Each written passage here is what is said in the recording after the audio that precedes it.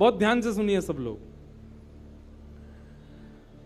तो जयपुर के राजा की पुत्री मदन मोहन जी की सेवा करती थी। मदन मोहन जी कोई लाड़ लड़ाती, पूरे दिन उन्हीं को सजाती रहती, उन्हीं का श्रृंगार करती, सेवा करती। राजा स्वयं गोविंद देव जी की सेवा करते और उनकी जो पत्नी थी वो गोपीनाथ जी की, मतलब पूरा परिवार ही तीनों ठाकुर की सेवा करते थे। अलग अलग भवन में, अलग अलग महलों में ठाकुर जी विराजते थे। तो राजा की पुत्री का विवाह हुआ करौली राजस्थान में, जहां मदन मोहन जी अभी विराजते हैं। तो राजा की पुत्री का जब विवाह हुआ तो पुत्री से राजा ने कहा, बिटिया ये बताओ तुम्हारा विवाह है, तुमको हम दहेज में क्या दें? वैसे तो हमने सब दिया, लेकिन फिर भी तुम्हारी कोई इच्छा हो तो मांगो। उसने कहा, पिताजी मुझे सबसे ज्यादा प्रेम श्री मदन मोहन जी से है। आप माता जी और पूरा परिवार गोविंद देव जी गोपीनाथ जी की सेवा किया करो। मदन मोहन जी को मैं ले जाऊं अपने साथ, अपने ससुराल में इनकी सेवा करूंगी। बड़ी अच्छी कथा है, ध्यान से सुनना। राजा रोने लगा, अपनी पुत्री के चरणों में सर झुका के बोला, मुझे क्षमा कर दे पुत्री, तू जो मांगेगी सो दूंगा, पर ये मेरे हृदय है, मैं इनको नहीं दे सकता। मैं वृंदावन से मुगलों से बचा करके इनको लेके आया हूं। वैसे तो ठाकुर जी को बचने की कोई आवश्यकता नहीं, ठाकुर जी कृपा करके आए हैं जयपुर में राजा के ऊपर, पर इनको देख करके मेरे प्राण बचते हैं। तू जो मांगेगी सो दे दूंगा। पर मदन मोहन जी बोले, पिताजी गोविंद देव जी गोपीनाथ जी हैं ना आपके पास में, मदन एक ठाकुर जी मुझको दे दो। यहां राजा की जिद हो गई, नहीं दूंगा। पुत्री की जिद हो गई कि मुझे तो चाहिए, नहीं तो मैं विदाई नहीं होंगी। राजा की पत्नी ने भी कहा, अब इतनी कह रही है तो आप दे दीजिए ना, हमारे पास 2 ठाकुर हैं, इनकी सेवा हम करेंगे विस्तार से। और वैसे भी मदन मोहन जी की पूरी सेवा बचपन से उसने ही की है। तो राजा ने एक प्रस्ताव रखा। बोले, अच्छा पुत्री एक काम करते हैं। बोले, क्या? मैं तेरी आंख पे पट्टी बांधूंगा और आंख पे पट्टी बांध करके मदन मोहन जी जैसे 7 स्वरूप तेरे सामने खड़ा करूंगा, जिनमें से 6 स्वरूप जो होंगे वो मैं बनवाऊंगा और 1 स्वरूप वास्तविक मदन मोहन जी होंगे। आंख पे पट्टी बांध करके तुझे स्पर्श करके अगर तूने असली मदन मोहन जी को पहचान लिया तो मैं ये मान जाऊंगा कि तू नहीं, ठाकुर जी तेरे संग जाना चाहते हैं। ठाकुर जी की इच्छा पता चल जाएगी। तो राजकुमारी बोली, ठीक है, आप ये प्रयोजन कीजिए। राजा ने महाराज कारीगरों को बुलवाया और मदन मोहन जी के डिट्टो कॉपी 6 स्वरूप बनवाए और 6 स्वरूप बनवा करके मदन मोहन जी सहित 7 स्वरूपों को खड़ा किया। पुत्री के आंख पर पट्टी बांध दी, एक जैसा इत्र, एक जैसी पोशाक, एक जैसा मुकुट, एक जैसा श्रृंगार, सब कुछ बिल्कुल एक जैसा। और कहा, पुत्री अब तू इनमें से जो 7 में से पहचान लेगी, अगर असली तेने पहचान लिए तो मैं तेरे संग भेज दूंगा। उसने हाँ तो बोल दिया, लेकिन वो कांपने लगी, घबराने लगी। जैसे ही उसने नेत्रबंद किए तो कथा ऐसी है कि वो रात्रि में जब सोई, अगले दिन परीक्षण होना था, तो रात्रि में जब सोई तो बहुत रोई और ठाकुर जी से कहने लगी, नाथ मैं आपसे बहुत प्रेम करती हूं, मैं आपके बगैर नहीं रह सकती, पर मेरे पिताजी की बहुत जिद है। अब कहीं मैं आपको नहीं पहचान पाई, मेरे तो प्राण ही निकल जाएंगे, विदा होना तो बहुत दूर की बात है।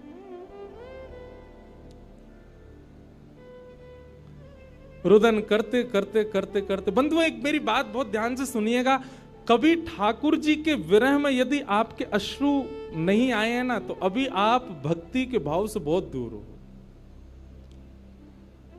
आपको वृंदावन जाना अच्छा लगता है, वृंदावन में घूमना अच्छा लगता है, राधा राधा नाम ध्वनि पर झूमना अच्छा लगता है, कथाएं प्रवचन सत्संग बढ़िया लगते हैं, ये सब एक प्रथम सोपान, प्रथम सीढ़ी है।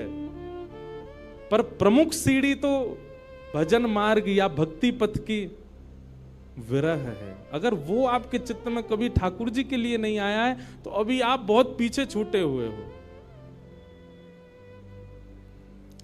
रात भर रोती रही और रुदन करते करते, नाथ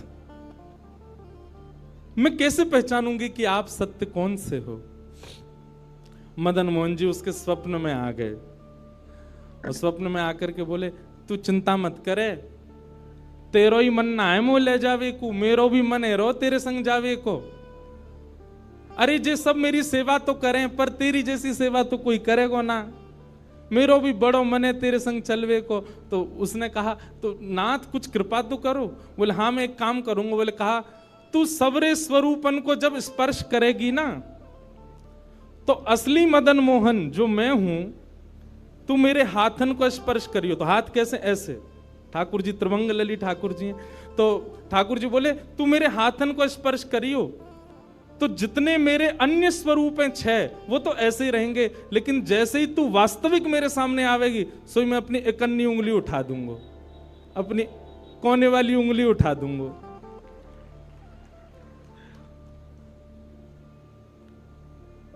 ठाकुर जी कितना प्रेम करते हैं अपने भक्त से। ठाकुर जी बोले मैं अपनी इकन्नी उंगली उठा दूंगा और तू स्पर्श करती करती मेरी जैसे इकन्नी उंगली उठे, वाकू पकड़ लियो और तुरंत पिताजी से कह दियो, जय रे मदन मोहन जी, मैं चल दूंगा तेरे संग। अब तो दूसरे दिन वो पिताजी के पास गए, पिताजी जल्दी करिए, कब चलना है, कब? बोले तुझे तो इतना विश्वास है जैसे तू वास्तविक में मदन मोहन जी को ले ही जाएगी, लेकिन बिटिया तू भी याद रखियो, मैंने ऐसे स्वरूप बनवाए कि कोई बता ही नहीं सकता कि असली मदन मोहन कौन से। बोले पिताजी आप सन्मुख पधराओ। तो महाराज भीड़ लग गई देखने वालों की, पूरा राजभवन इकट्ठा हो गया जयपुर का। 7 स्वरूप विराजमान हुए। पुत्री के आंख पर, अभी विवाह हुआ, उसका विदाई नहीं हुई है, आंख पर पट्टी बांध करके और कहा जाओ, अगर मदन मोहन जी की इच्छा होगी तो तू ढूंढ ले। अब मदन मोहन जी तो पहले ही बता चुके हैं, ऐसे मिलूंगा। जैसे मानो टीचर पहले ही एग्जाम पेपर लीक कर दे, ये क्वेश्चन आने वाले, तैयार कर आना। उसने जाकर के जैसे स्वरूप स्पर्श करने प्रारंभ किए, पहला बोले ये नहीं है, दूसरा स्पर्श किया, ये भी नहीं है। ठाकुर जी खड़े थे 5वीं पंक्ति में, 5वें वाले थे। तीसरे स्पर्श किए, बोले ये भी नहीं है। चौथे किए, बोले ये भी नहीं है। जैसे ही 5वें का स्पर्श किया और मुखमंडल का स्पर्श किया, गले का स्पर्श किया, वक्ष का स्पर्श कर, जैसे ही ठाकुर जी की भुजा पकड़ी, सो ठाकुर जी ने अपनी इकन्नी उंगली हिला दी। और जैसे ही इकन्नी उंगली हिलाई, उसने तो, पिताजी यही है मदन मोहन जी। आहा, राजा के तो नेत्रों से आंसू गिर गए, चरणों में गिर गए, उठ करके अपनी बिटिया को गले से लगा लिया, कान में बोले बोले मैंने इकन्नी उंगली हिलते हुए देख ली। मुझे ये बात पता चल गई है कि भैया तेरी जिद नहीं है इनको ले जाने की, इनकी भी जिद है तेरे संग जाने की।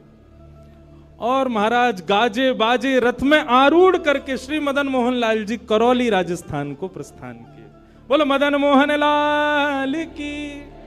हे सुन राधिका दुलारी,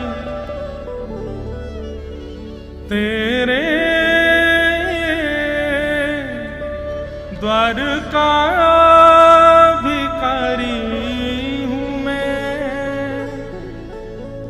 शाम का पुजारी,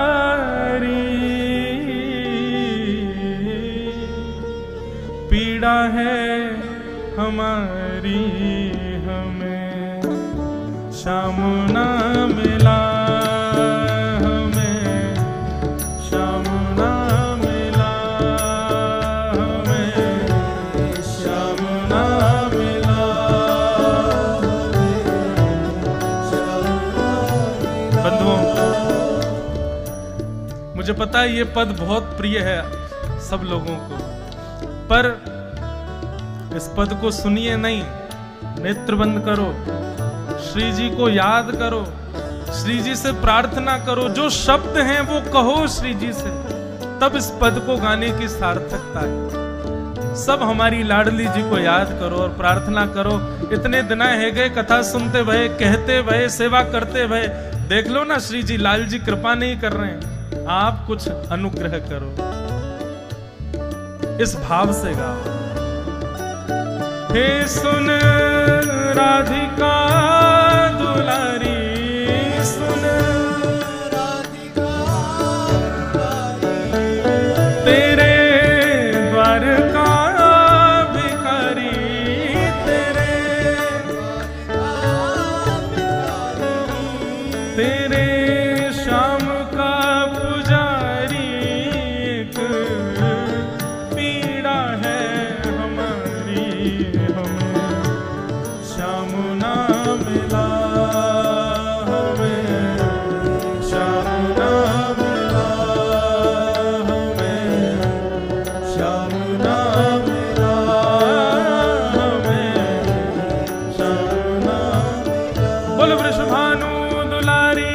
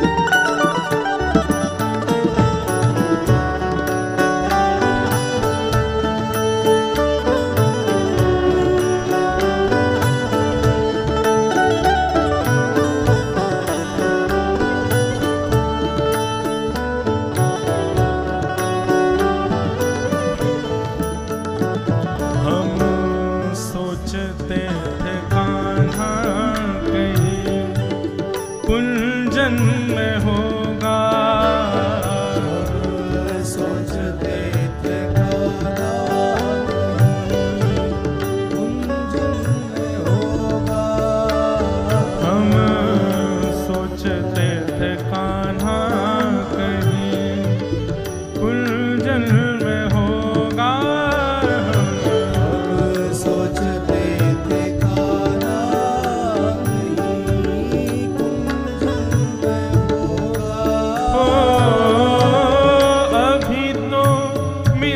का हमने सुख नहीं होगा,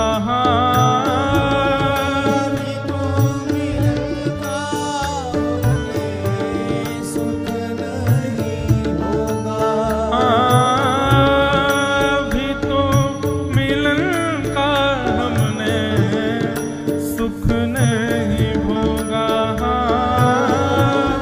अभी तो मिलन का हमने सुख नहीं होगा, कभी निकट बुलाए, कभी निकट बुलाए, कभी दूरियां बढ़ाए, कभी दूरियां बढ़ाए, छलिया हाथ नहीं आए, छलिया हाथ नहीं आए,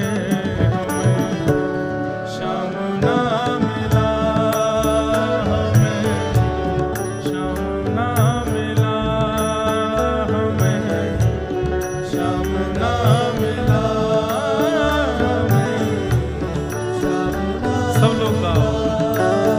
हे सुन राधिका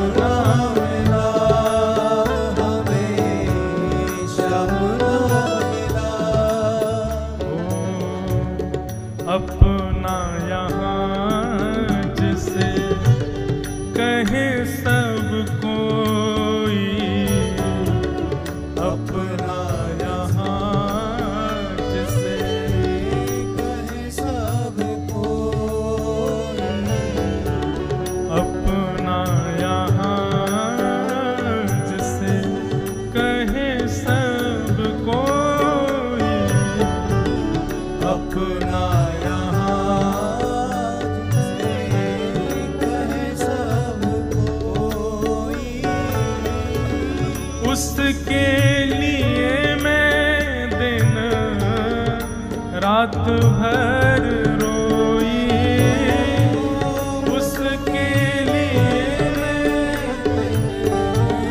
रात भर रोई।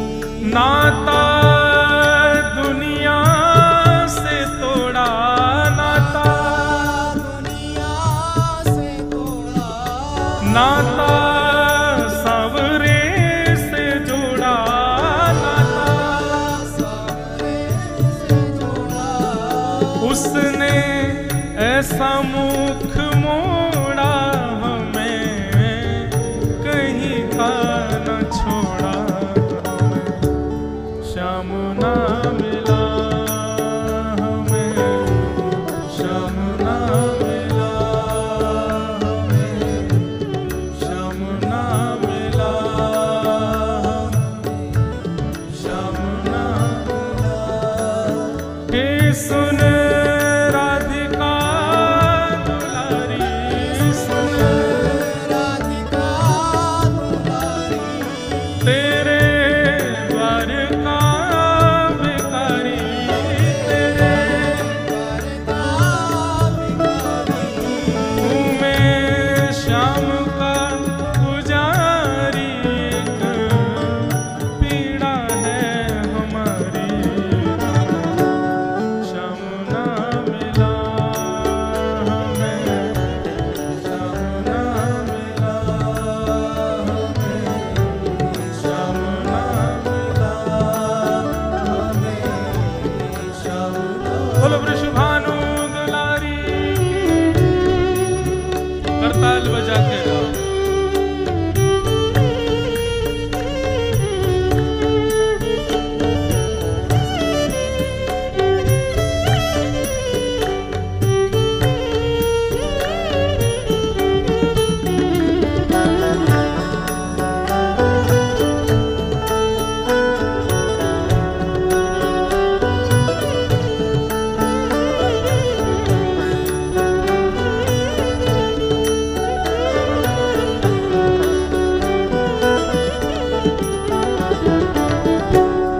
देता है कन्हई जिसे प्रेम की दिशा, देता है कन्हई जिसे प्रेम की दिशा, देता है कन्हई जिसे प्रेम की दिशा, देता है कन्हई जिसे प्रेम की दिशा। हो सब विधि उसकी लेता है परीक्षा, सब विधि उसकी लेता है परीक्षा। हो सब विधि उसकी लेता है परीक्षा, सब विधि उसकी लेता है परीक्षा। कभी निकट बुलाए, कभी निकट बुलाए, कभी दूरियां बढ़ाए, कभी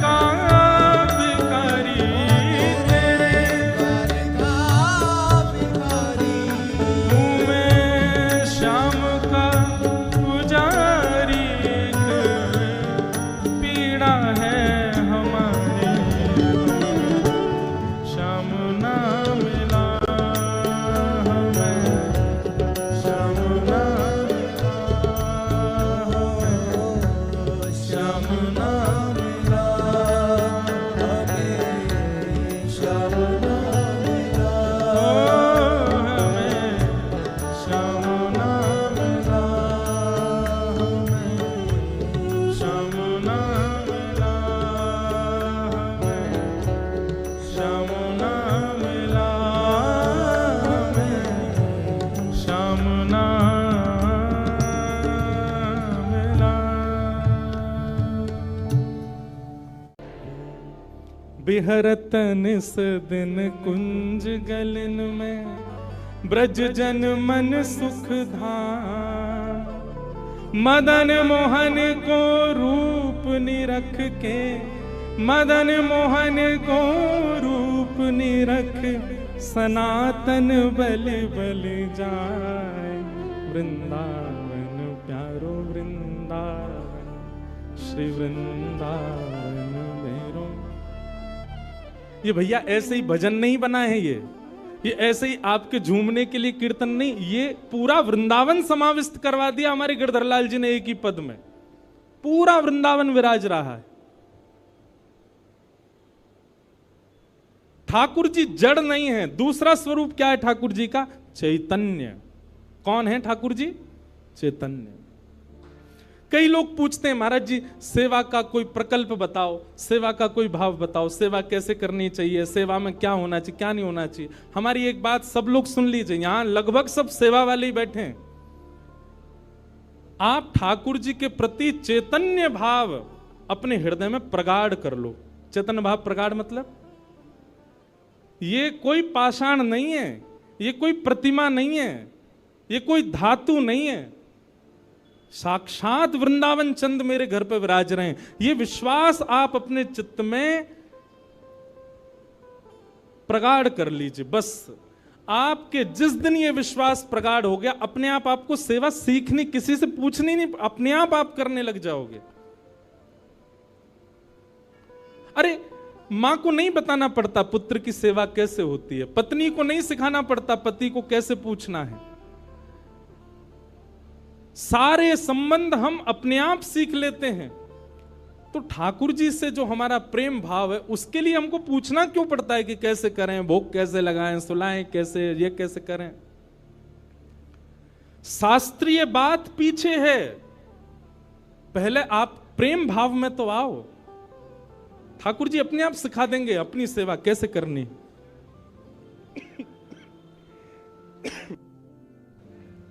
प्रेम भाव, उनके प्रति पाषाण की बुद्धि मत रखो, चैतन्य भाव रखो। जैसे आपके चित्त में चैतन्य भाव आया कि ये तो चलते फिरते उठते बैठते सब करते हैं, केवल मेरे सामने ऐसे खड़े हो जाते हैं मूर्तिमंत होकर के।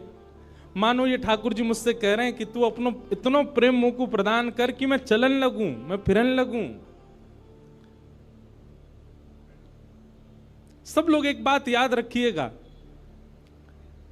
जिसके भी घर में ठाकुर जी की सेवा है, ठाकुर जी हमको चैलेंज करते हैं, अगर तो में सामर्थ्य हो तो अपनी भक्ति से, अपने भाव से, अपने समस्त प्रयासों से तू मुझे चलवा के दिखा दे, तू मुझे बुलवा के दिखा दे।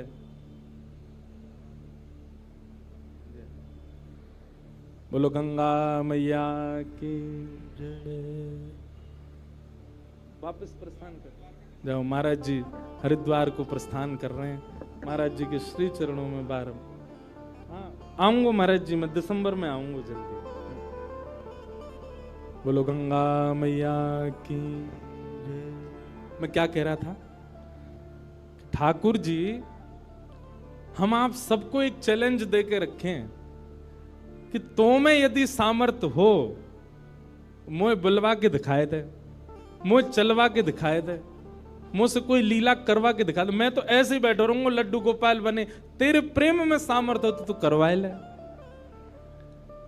जिस दिन ठाकुर जी हमारे घर आ जाते हैं उसी दिन से हमारी एक चैलेंज हमारे ऊपर आ जाता है।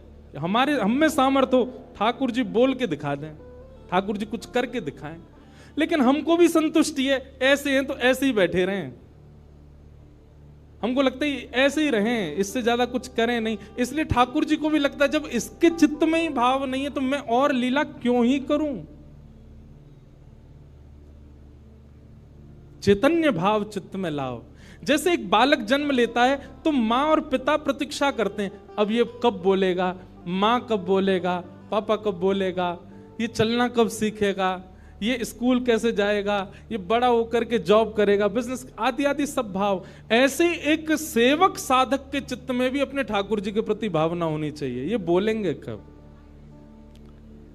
हम एक बधाई गाते हैं ना नंदोत्सव में, उस बधाई में एक पंक्ति गाते हैं, धन्य घड़ी जब होए यशोदा मैया कह के बोले, नूपुर बांध दो चरणन में घुट मन डोले, नूपुर बांध दो चरणन में घुट मन डोले, पकड़े बाबा की उंगरिया तेरो ललना जुग जुग जीवेरी यशोदा मैया तेरो ललना। स्वामी जी हरिदास जी जब सेवा करते थे ना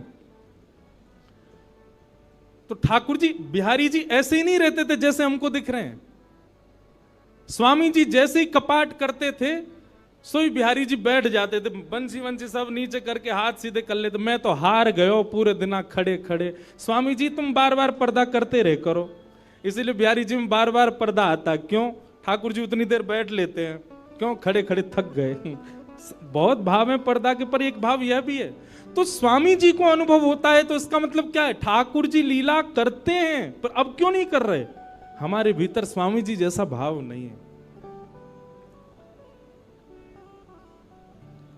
श्री हरिराम व्यास जी के विराज रहे ठाकुर जी बाबा के ठीक पीछे, जुगल किशोर जी। मुंह को तो रूप देख के ही पता चल जाए कौन से ठाकुर जी हैं। जुगल किशोर जी, इनके चरित्र में आता है कि एक बार कोई साधक वंशी दे गया, और वंशी देख करके बोला हरिराम व्यास जी जुगल किशोर जी को वंशी पधरा देना, नई सोने की वंशी है। तो आपने श्रृंगार करके जैसे ही वंशी ठाकुर जी के हाथ ऐसे ही रहते हैं, तो वंशी पोली उसमें जैसे ही प्रवेश कराई, ठाकुर जी के हाथ का जो छिद्र है वो छोटा पड़ गया, वंशी बड़ी, लेकिन ज्यादा बड़ी नहीं, नेक बड़ी, नेक। तो व्यास जी ने थोड़ा श्रम किया, थोड़ा जोर लगाया कि वंशी कैसे भीतर जाए। तो जैसे ही जोर लगाया ठाकुर जी का हाथ छिल गया और वहां से रक्त निकलने लगा श्री जुगल किशोर जी के। हरिराम व्यास जी ने जैसे ही रक्त देखा मूर्छित होकर गिर पड़े वहीं पर। और जब होश में आए तो अपने पुत्र को सेवा दे दी और कहा मैंने ठाकुर जी को श्रमित कराया है, अब मैं अपने आप को दंड दूंगा। तो क्या दंड दिया? सूर्य उदय से सूर्यास्त तक वृंदावन की परिक्रमा ही लगाते रहते थे, ये दंड दिया उन्होंने खुद को। पहला दिन था दंड का। एक बात सुनिएगा, इन आचार्यों के चरित्र से ना कुछ कुछ सीखा कीजिए। आपकी सेवा में आपसे कोई अपराध बनता है, आपसे कोई गलती हो जाती है, आपसे कोई दोष बन जाता है, तो उसके लिए आप जाकर के पूछते हैं हमसे अपराध हो गया, हम क्या करें? पूछिए मत, स्वयं को अपने आप ही दंड उत्सव मना लीजिए। और दंड उत्सव क्या है? तुरंत वृंदावन जाओ, एक परिक्रमा लगाओ, किसी वैष्णव को प्रसाद पवाओ, ब्रजवासी को कुछ दे करके उनको प्रसन्न करके आओ। यही दंड है वैष्णव अपराध का, भगवत अपराध का। तो श्री हरिराम व्यास जी वृंदावन में भ्रमण करते रहे, परिक्रमा लगाते रहे। परिक्रमा करके रात्रि में जैसे ही लौट करके आए, बहुत सावधानी से सुनो, तो शयन का दर्शन करने जब गए तो शयन के दर्शन में आपने क्या देखा कि जुगल किशोर जी ने स्वर्ण की वंशी धारण कर रखी, वही वंशी जो सुबह वो पधराना चाह रहे थे। उन्होंने अपने पुत्र को बुलाया, पुत्र को बुला के बोले ये वंशी सुबह ठाकुर जी के हाथ में नहीं आ रही थी, अभी कैसे धारण हो गई? बोले पता नहीं पिताजी, आप तो चले गए थे, मैंने वंशी उठा करके धारण कराई, ठाकुर जी ने धारण कर ली। हरिराम व्यास जी ने जैसे ही वंशी निकाल करके देखी तो क्या पाया, ठाकुर जी ने अपना हाथ ही बड़ा कर लिया वंशी धारण करने के लिए, उनके लिए। अब ताली से काम नहीं चले, हमारे ठाकुर जी करते हैं ऐसे, क्यों नहीं करते? और हम संतुष्ट क्यों हो जाते हैं? जैसी सेवा है उससे हमको प्रसन्नता क्यों हो जाती है? नहीं। ये इस बात का प्रमाण है कि कहीं ना कहीं हमारी भक्ति में, हमारे भाव में, हमारे प्रेम में अभी वो स्तर नहीं आया कि ठाकुर जी उसको स्वीकार कर लें। इसलिए भैया सबसे पहली बात भक्ति में, सेवा में सबसे पहला प्रकार, ठाकुर जी को आप चैतन्य मानो। वो जड़ नहीं है, वो पीतल के नहीं है, वो अष्टधातु के नहीं है, वो मार्बल के नहीं है, वो साक्षात ठाकुर जी हैं, वो साक्षात चैतन्य है। उनके प्रति चैतन्य बुद्धि आपने धारण कर ली, अपने आप ठाकुर जी अपने आप लीलाएं कराना प्रारंभ कर देंगे। मुझको राधा रमण कर दो वैसा, मुझको राधा, नित्य की प्रार्थना होनी चाहिए ठाकुर जी से। रटू में तेरा नाम यूं आठों याम, रटू में तेरा यूं आठों याम, रटू में तेरा नाम यूं आठों याम, रटू में तेरा नाम यूं आठों याम। सब लोग गाओ। मुझको राधा रमन कर दो वैसा मगन, मुझको राधा कर दो वैसा। हो करुणा निधान मुझ पे कृपा कर रीजिए, करुणा निधान मुझ पे कृपा कर रीजिए, करुणा निधान मुझ पे कृपा कर रीजिए, करुणा निधान मुझ पे कृपा कर रीजिए, ब्रज में बसा के मोहे सेवा सुख दीजिए, ब्रज में बसा के मोहे सेवा सुख दीजिए, ओ ब्रज में बसा के मोहे सेवा सुख दीजिए, ब्रज में बसा के मोहे सेवा सुख दीजिए। और प्रेम से भर दो मन, गाऊं तेरे भजन, प्रेम से भर दो मन, गाऊं तेरे भजन, ओ रटू में तेरा नाम यूं आठों याम, रटू में तेरा नाम यूं आठों याम, मुझको राधा रमन कर दो वैसा मगन, मुझको राधा रमन कर दो वैसा। श्री राधा रमण लाल की। करताल बजा के गाओ।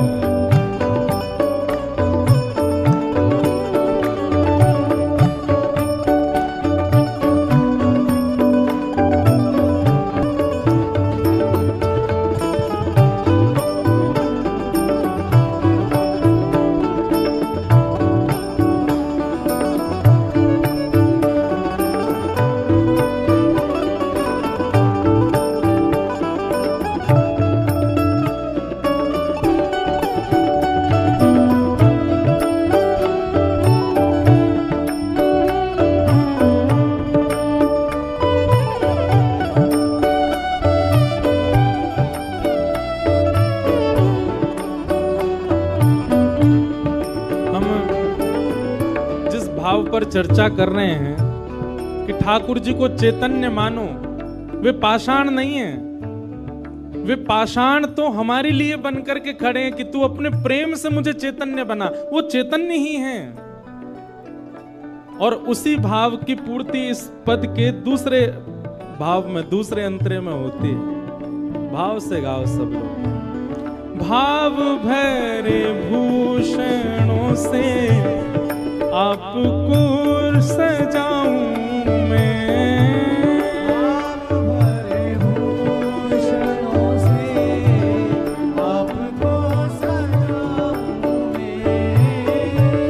भाव भरे भूषणों से आपको सजाऊं मैं, भाव भरे भूषणों से आपको सजाऊं मैं। और नित नव भोज निज हाथों से पवाऊं मैं, नव भोज निज हाथों से पवाऊं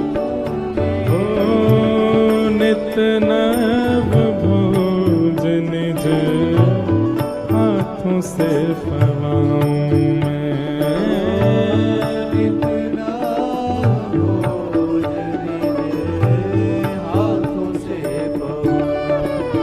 भैया हम सबके लाल जी पूरे दिन खड़े रहे और कोई के लड्डू गोपाल हैं तो पूरे दिन बैठे रहे, उनके पामन में दर्द ना हो तो ऐसी भावना हमारे चित्त में नहीं आती कभी। नित्य की सेवा में एक काम किया कीजिए, रोज रात्रि अपने ठाकुर जी के चरण जरूर दबाया कीजिए। सिंथेटिक नहीं पर असली वाला इत्र मंगाइए, थोड़ा महंगा आएगा, मंगवाओ ठाकुर जी की सेवा के लिए। और चरणों में इत्र लगा करके और फिर बड़े धीमे धीमे उंगलियों से। अच्छा एक बात और है, हमारे पुष्टि मार्ग के आचार्य कहते हैं ठाकुर जी की सेवा में अंगूठा का प्रयोग नहीं होना चाहिए। क्यों? कहीं भी जोर लगाना होता है हम अंगूठा का ही प्रयोग करते हैं। ठाकुर जी की सेवा में अगर आप अंगूठा लगाते हो ठाकुर जी को पीड़ा होती होगी, लग जाती होगी, इसलिए उंगलियों से सेवा का ही निधान होना चाहिए। कहीं उठा करके भी रखें तो अंगूठा से ठाकुर जी को बड़े आराम से स्पर्श करना चाहिए। शास्त्र हमारे आचार्य तो ऐसा कहते हैं कि अगर आपने अंगूठा का प्रयोग किया भी है तो श्रृंगार के बाद ठाकुर जी का एक अलग से भोग लगाओ। किस बात का? श्रम भोग। ठाकुर जी आपको दर्द हो गया होगा, हमने अंगूठा से दबाया आपको, इसलिए मंदिरों में श्रम भोग आता है। बेचारो बहुत हमारो ठाकुर वृंदावन को बड़ो हल्को सो नेक में हार जाए, नेक जोरते सर दबाए दो, हाथ दबाए दो, पांव दबाए, थक जाए इतने में तो श्रम भोग लाओ। नित्य रात्रि में ठाकुर जी को शयन से पहले चरणों में इत्र जरूर सेवा किया करो। श्रृंगार कोई कर जाए, भोग कोई बनावे, पर रात्रि शयन तो सेवक को स्वयं कराने चाहिए। दाबु तुमरे चरण करो जब तुम शयन, दाबु तुमरे चरण करो जब तुम स्वयं, ओ दाबु तुमरे चरण करो जब तुम शयन,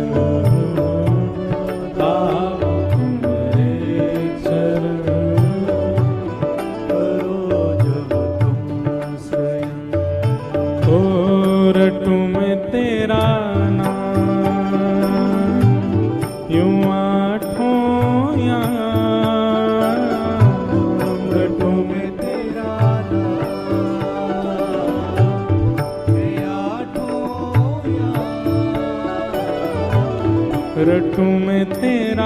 नाम,